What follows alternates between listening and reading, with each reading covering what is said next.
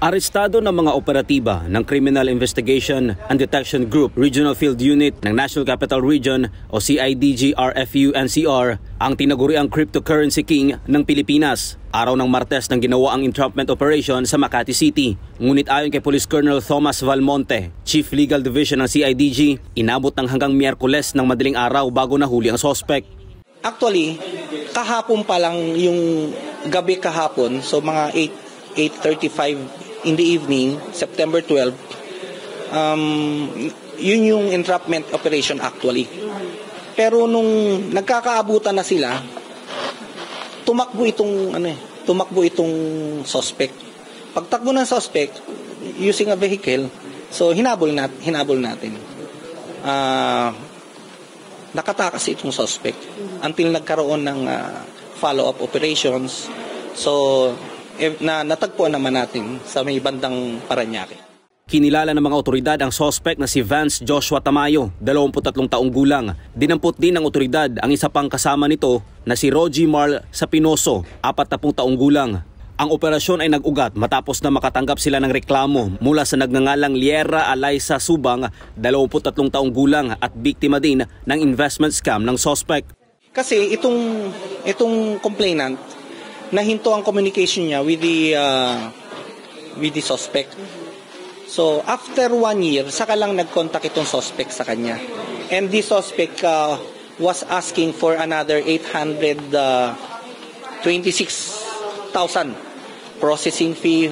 That was the time that itong complainant nagpunta rito sa CIDG.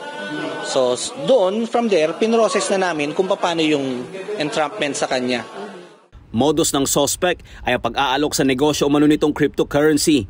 He's known as cryptocurrency king, and siya po ay naghihikayat sa mga tao to invest in him, and sabi niya he has a legitimate business which is cryptocurrency, na meron siyang account sa cryptocurrency, and that would generate income. At dito naaalokin ng malaking kita na kung saan kikita umano ng monthly interest depende sa ilalagak na kapital. So ang kanyang promise with the complainants is the investment shall earn monthly interest of 4.5%.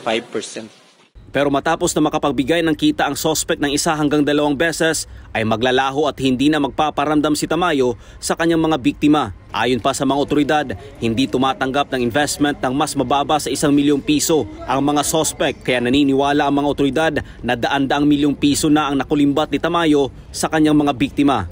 Actually, one of the complainants, I will not say her name, ang investment is 50 million. At first nakakuha na ng certain amount itong complainant. Pero eventually hindi na siya nababayaran.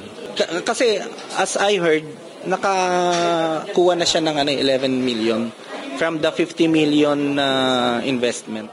Bagay na kinumpirma naman ng biktima na si George, hindi niya tunay na pangalan, anya na engganyo siyang pumasok sa naturang investment para sana sa maintenance ng kanyang ama. Ayon sa kanya, noong una ay wala siyang naging problema, ngunit kadalasan ang binabanggit niya ay pinaka-minimum 1 million.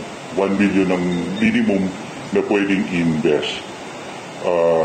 So, noong una, kumikita naman dahil sa yung ano na yon, yung